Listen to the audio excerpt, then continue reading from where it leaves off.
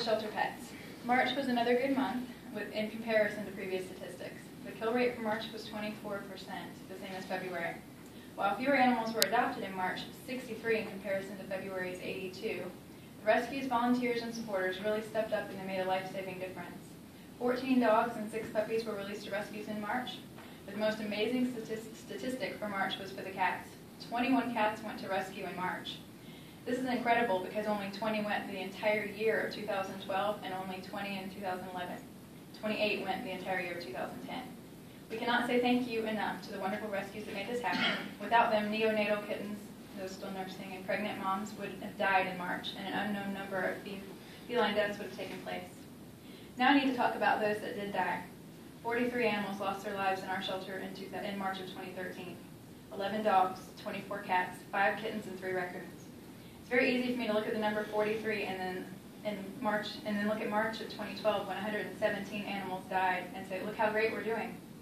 And certainly the exposure of the shelter pets has saved many lives. But the ones that we were able to save, we've made a world of difference, a world they can now enjoy. But for these 43, we must admit that we failed them. As a community, we failed them, that our system failed them, and furthermore, we must admit that we have not currently made the changes necessary to save the ones after them. There are 11 steps to no-kill, or the saving of all healthy and treatable pets. And until all 11 are fully implemented, we will still lose many along the way.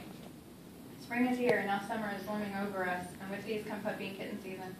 In May of 2012, the number of animals killed jumped to 233. Are we really ready to go from our current loss of 43 to losing 200 animals per month?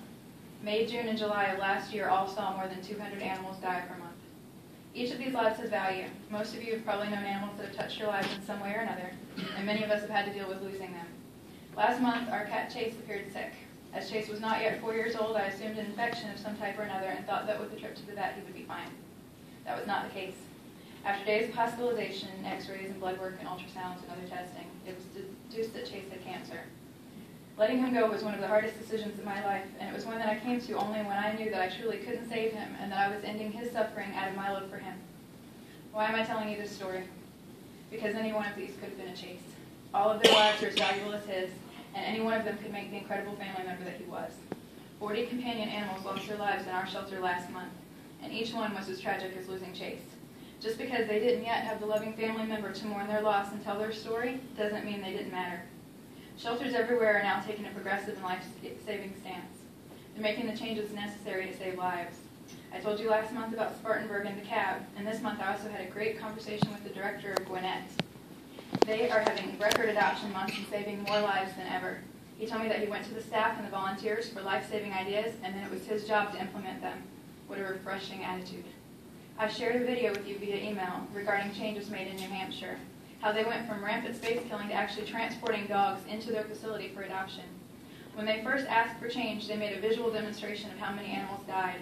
They connected collars for each animal that was killed in their shelter so that people could actually see the volume of the killing. 1,766 animals were killed in our shelter alone in 2012. That's more collars than I really felt like we could collect tonight and stretch out. But just imagine what it would look like and how far it could stretch. Spring is here, and summer is always that much worse. 233 lives lost last year in May, 220 in June, 225 in July, 181 in August.